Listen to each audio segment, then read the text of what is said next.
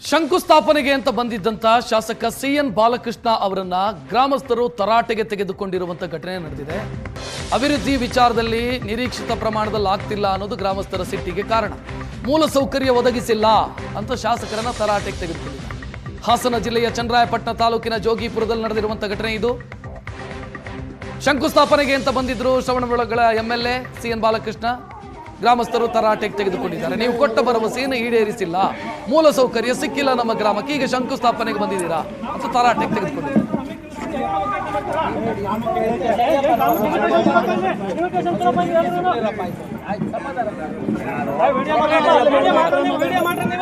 ಸಾರ್ವಜನಿಕರು ಶಾಸಕರ ಮನೆ ಪಟ್ಟಿಗೆ ವಿಡಿಯೋ ಮಾಡಿ ನೀವು. ನನ್ಗೇನು ಆ ವಿಚಾರದ ವಿರೋಧ ಇಲ್ಲ. ಗ್ರಾಮ ಇದಾಗಿರ್ಬೇಕು, ಉತ್ತರ ಕೊಟ್ಬಿಡ್ತೀನಿ. ನನ್ನ ಗ್ರಾಮ ಇದಾಗಿರ್ಬೇಕು.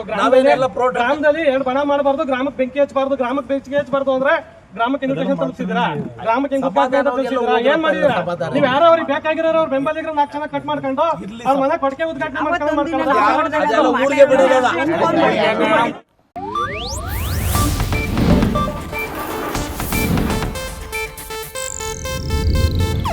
ಇದು ಏಷ್ಯಾನೆಟ್ ನ್ಯೂಸ್ ನೆಟ್ವರ್ಕ್ ಪ್ರಸ್ತುತಿ.